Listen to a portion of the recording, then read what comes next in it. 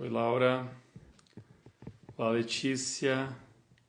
Pessoal entrando ao vivo comigo aí, aproveitando esse horário depois do almoço para a gente conversar um pouquinho sobre direito. E aí, o pessoal quiser ir participando, pode colocar aqui a sua mensagem. Boa tarde, pessoal. Legal, obrigado pela participação de vocês aqui comigo. Bom, assim, ó, dando sequência então, que nós estávamos falando ontem aqui, mais ou menos esse horário, um pouco antes, a gente estava falando um pouquinho sobre aquelas perguntas que o pessoal então me faz ali nas caixinhas, manda também no direct, e faltaram algumas respostas que eu sei que são importantes para muitas pessoas, porque são assuntos do dia a dia e que a maioria das pessoas não tem acesso para conversar com um profissional do direito.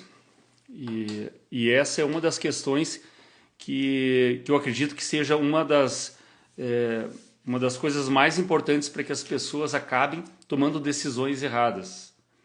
A falta do assessoramento jurídico faz com que as pessoas acabem não tendo, tomando as melhores decisões. Então, por isso que a gente está conversando aqui. Então, é um momento que eu consigo trazer para vocês algumas informações a respeito de matéria de direito que vocês muitas vezes não vão poder acessar um profissional. E aí eu vou dar um exemplo para vocês de uma pergunta que me fazem muito seguidamente, tá?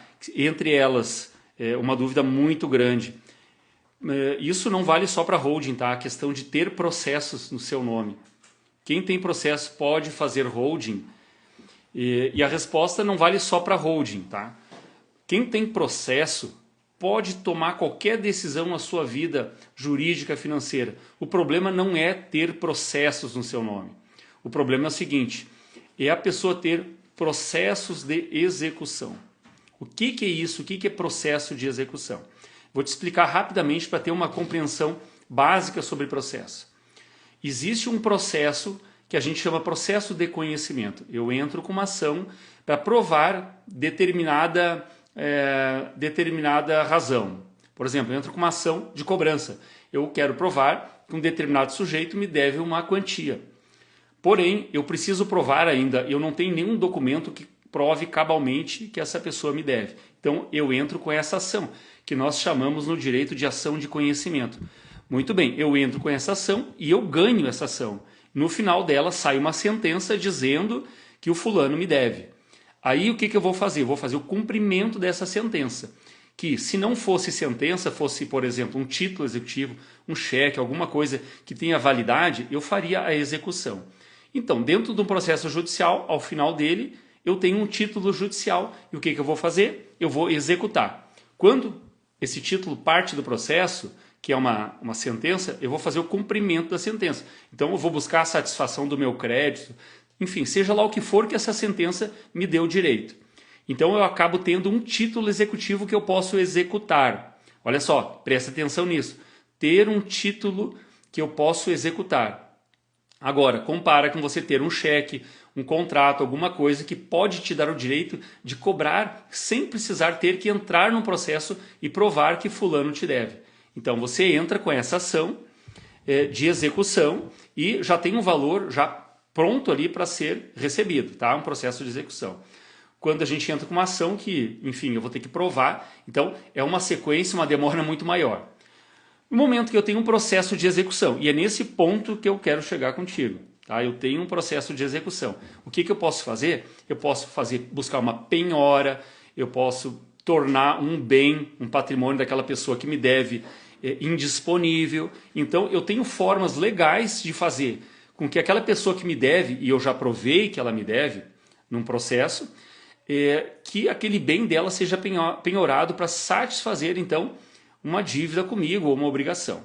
Então, quem tem processo de execução já em andamento, e esse processo, o valor dessa dívida, vamos dizer que ela chega ao valor dos bens que eu tenho, ou até ultrapasse, eu não posso tirar bens do meu nome e pôr numa holding, porque isso será uma fraude de execução, porque eu estou tirando do meu nome e passando para dentro da holding. Agora, se não for na holding, for qualquer outro momento da vida que que eu tenho dívidas que ultrapassam o meu patrimônio, e eu fizer uma venda deste patrimônio, por exemplo, mesmo sem ter uma penhora, isso já é considerado uma fraude à execução. Então a gente tem que ter muito cuidado com isso, e aí eu volto naquilo que eu falei no início para vocês, o seguinte, que as pessoas acabam errando porque falta orientação jurídica. Então, tirar bens do teu nome, seja para colocar na holding ou mesmo fazer uma venda de um imóvel, sendo que você tem um processo de execução, isso é um risco muito grande porque pode ser considerado uma fraude à execução, fraude a credores. Por outro lado, pensa o seguinte, se eu tenho um processo de execução, só que o valor da dívida ele não atinge nem perto do valor que eu tenho de patrimônio, não há problema nenhum em fazer uma holding ou mesmo vender bens que estão no meu nome, se o valor dos bens que eu tenho são muito maiores, eu tenho patrimônio que excede o valor da execução. Então não vai ter problema nenhum. A pessoa pode fazer uma holding mesmo com dívidas e mesmo tendo um processo de execução. Tá? Que isso fique bem claro. Agora, isso tem que ter um assessoramento jurídico para que isso tenha um acompanhamento que não deixe a pessoa cometer um erro, muitas vezes até sem ter o conhecimento. Acaba fazendo algum negócio e erra pela falta do assessoramento jurídico. Então é fundamental isso. Outra coisa muito importante é o seguinte, a questão dos herdeiros. E aí eu quero só fazer um breve comentário a respeito disso. Quando nós criamos uma holding, ou a gente faz qualquer outro tipo de planejamento patrimonial, e eu recebo muito esse questionamento, mas não está infringindo o direito de herança dos filhos ao colocar o patrimônio na holding, ou findar outra destinação de planejamento patrimonial. A primeira coisa que nós temos que pensar é que não existe herança de pessoa viva. Então, quando nós falamos em holding ou qualquer planejamento que envolva o patrimônio dessa pessoa, os filhos ainda não têm direito, porque a herança ela só se constitui, o direito à herança, no falecimento daquela pessoa que tem o patrimônio. Então, quando a pessoa morre, aí sim, e inclusive até para os advogados que me acompanham, vocês sabem que existe o princípio de Saizine, que é aquele que no momento do falecimento da pessoa já se constitui aqueles bens do falecido como já um patrimônio que pertence aos herdeiros. Tá? Então é importante isso. E aí quando me questionam a respeito dos filhos na holding e falam que poderia ser vamos dizer assim, um desrespeito à questão da herança, primeiro é isso, não existe herança de pessoa viva. E depois, no momento que os pais constituem a holding, e aí sim é importante destacar o seguinte, quando nós constituímos o sistema, nós temos que ter o cuidado de não infringir a legítima. O que quer dizer isso? No momento que eu tiro todo o patrimônio do meu nome, aí sim, não é direito de herança, mas um direito futuro que um dia o filho poderia ter, eu não posso então pegar todo esse patrimônio que não tem ainda direito de herança, mas sim já destinar ele para alguns dos herdeiros. Vou te dar um exemplo claro aqui. 3 filhos e eu pego, faço uma holding e ali eu destino 100% do meu patrimônio para aqueles 2 filhos. Aí sim, eu estaria infringindo o direito à legítima daquele filho que ficou de fora. Entendeu? Então, é importante saber a diferença entre uma coisa e outra. Quando eu estou infringindo o direito à legítima de um filho, o direito que ele ainda não tem de herança, mas sim o direito à legítima, porque eu estou beneficiando os outros filhos. E aqui é importante que daí na constituição da holding, isso fique bem claro, que a distribuição deste patrimônio, ele faça com que pelo menos a metade dos bens da pessoa, ela seja distribuída para os seus herdeiros, para os seus filhos. A outra metade, sim, pode ser distribuída para quem quiser, assim como é no testamento, na herança. Então a pessoa pode fazer o que quiser com a metade dos seus bens. Tá? E uma coisa também bem recorrente, que também me questionaram e ontem acabei não conseguindo responder, foi a questão dos filhos fora do casamento e do regime de bens. Então, rapidamente, só para retomar a questão dos filhos fora do casamento. Uma pergunta que me fizeram é que se eu fizer a holding e deixar um filho de fora porque este filho não é conhecido, ninguém sabe da existência desse filho, a não ser, vamos dizer, que a própria mãe desse filho saiba. Se eu deixar este filho de fora, seja da holding ou qualquer outro planejamento, eu estaria fazendo cometendo o mesmo erro que eu cometi antes em relação à legítima. Porque se eu não colocar este filho ou deixar patrimônio de fora que garanta um dia a parte mínima do filho, que é a legítima, sim, essa holding pode ser inclusive desmanchada. Se a doação também é feita de maneira inoficiosa, que é o que está previsto lá no Código Civil, que é quando eu dou uma parte acima do que é disponível para alguém ou para os filhos, essa doação ela pode ser revista, ela pode ser anulada num futuro. Então nós temos que ter muito cuidado com essa questão de filhos fora de planejamento. E outra coisa também é a questão do regime de bens. E aí eu sei que olha, muitos profissionais da advocacia têm muita dificuldade em entender regime de bens. Tá? Eu não vou fazer aqui uma aula de regime de bens, que o objetivo não é esse. Mas para que a gente entenda basicamente, pelo menos, os regimes mais utilizados que nós temos. Que primeiro, que é o regime padrão da comunhão parcial. Depois nós temos a comunhão universal, temos a participação final nos aquestos e o regime também da separação de bens. Aí nós temos esses 4, dos quais nós temos 3 que são muito usados, que é, primeiro, a comunhão parcial, que é o regime atual, no qual, quando as pessoas casam, não precisa fazer nada, não precisa fazer pacto antinupcial, é automático esse regime. A comunhão universal, que agora quem quer escolher este regime precisa fazer, então, um pacto de regime de bens para que fique estipulado a comunhão universal. A separação obrigatória de bens, que é aquela a partir dos 70 anos, ou a separação convencional, que qualquer um pode fazer. Mas o que nós mais temos visto hoje é a questão da comunhão parcial de bens, e as pessoas não entendem quais os limites entre falecimento de uma dessas pessoas que são casadas no regime da comunhão parcial e da comunhão universal. Isso aqui acontece muito. As pessoas acreditam que, tendo uma comunhão parcial, a pessoa falecendo, aqueles bens particulares da pessoa que faleceu não teriam nenhuma repercussão aqui para aquela pessoa que sobrevive. Ou seja, quem sobreviveu não teria direito algum nos bens do falecido. E aqui é um grande engano. Vou repetir então. No regime da comunhão parcial de bens, que é o mais comum, a maioria das pessoas hoje tem esse regime.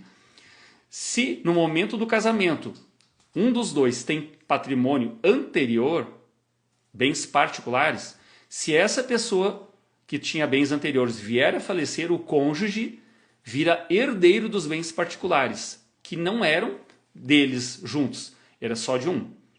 E mais, os bens que conquistaram juntos, aí a pessoa que sobreviveu, ela é meeira. Então, tudo isso dentro do planejamento por holding tem que ficar absolutamente estabelecido. Nós não podemos infringir esse direito que é importantíssimo.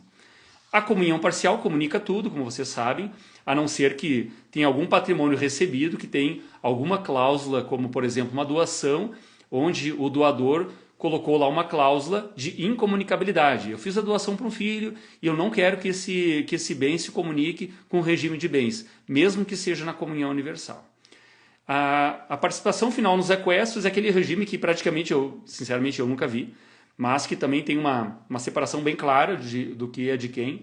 E no final, quando tem a dissolução disso, então é feita uma apuração. É um regime que eu, até hoje, em tantos anos de advocacia, eu nunca vi ele acontecer na prática. Agora, o regime da separação de bens, seja ela a separação obrigatória ou a separação convencional, também é um regime que causa, eu não vou dizer muitas dúvidas, mas acaba causando muitos problemas nas pessoas no futuro.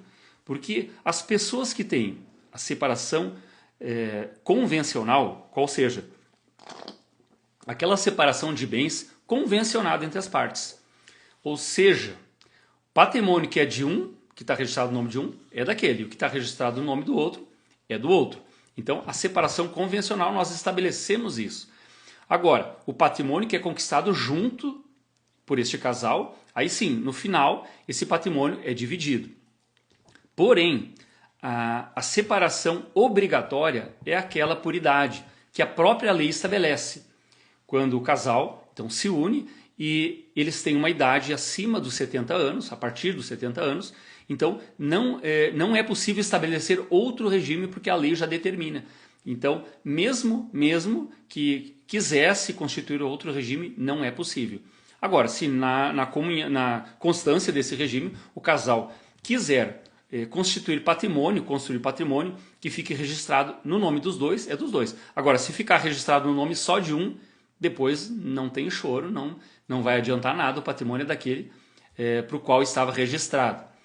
E dentro do planejamento patrimonial, nós sempre temos que ter em mente e em consideração o regime de bens, saber se tem pacto antinupcial, o que foi estabelecido, mesmo se for em comunhão universal, a gente tem que entender se não tem nenhuma regra de algum bem que foi doado, alguma cláusula que faça com que aquele bem, mesmo na comunhão universal, não se comunique, na comunhão parcial, se tem bens anteriores. Então, tudo isso, todo esse acervo patrimonial e todas as regras, elas têm que ser levadas em consideração na hora de fazer uma holding, constituir um planejamento. Por quê? Para que depois o sistema ele não seja desmanchado ali na frente. A família precisa ter uma segurança jurídica. Tá? Então, eu queria ter falado ontem, mas não deu tempo, sobre essa questão do regime de bens, dos filhos fora do casamento, porque hoje é a realidade, gostando ou não, é a realidade brasileira hoje. Filhos fora do casamento, segunda, terceira união. Então, nós temos que ter uma atenção especial, porque advogados, vocês advogados, tem que ter muito cuidado na hora de fazer um contrato, na hora de fazer um aconselhamento, assessoramento jurídico para o cliente que envolva questões patrimoniais. E aqui eu alerto as pessoas, também não só os advogados, que se resolverem fazer, por exemplo, uma doação de bens em vida, tem que ter um assessoramento muito bom, para que, se optar pela doação, que é o que a gente muitas vezes não quer que a família faça, mas se optar pela doação, que faça com as melhores cláusulas, com a maior proteção possível. Que, embora a doação não possa ser revertida por uma simples vontade do doador, ele pode estabelecer cláusulas, como, por exemplo, a reversão, em caso de falecimento do filho, a incomunicabilidade com o regime de bens do filho. Então, isso a gente pode estabelecer. E muitos casos que eu já vi, que exatamente faltou esse assessoramento jurídico na hora de fazer uma simples doação. E aí o doador quis vender este bem posteriormente e precisou da autorização do filho, né, que era o donatário, que efetivamente passou a ser o dono do bem. E mais que isso, precisou da assinatura do cônjuge desse filho, mesmo que não seja casado. O cartório de notas, exige que na hora de assinar essa escritura, uma venda de um bem que tem essa doação, que o cônjuge do filho também assine. Então, são matérias muito importantes que eu tenho certeza que todos vocês ou estão vivendo, já vivenciaram ou conhecem alguém da sua família, um amigo que passou por isso, tá bom? Então, o nosso assunto de hoje era mais ou menos isso: regime de bens, filhos fora do casamento, herança, assuntos que eu tenho certeza que são muito importantes, e a gente com certeza vai fazer outras lives aqui nesse horário, para a gente aproveitar então essa corrida e obter alguma informação importante para o nosso dia a dia, para a nossa vida, e sempre tendo em mente o seguinte: não tome nenhuma decisão importante na sua vida sem o devido aconselhamento jurídico, tá bom? Às vezes a gente peca achando que o advogado, que o profissional vai cobrar muito caro para dar aquele assessoramento jurídico.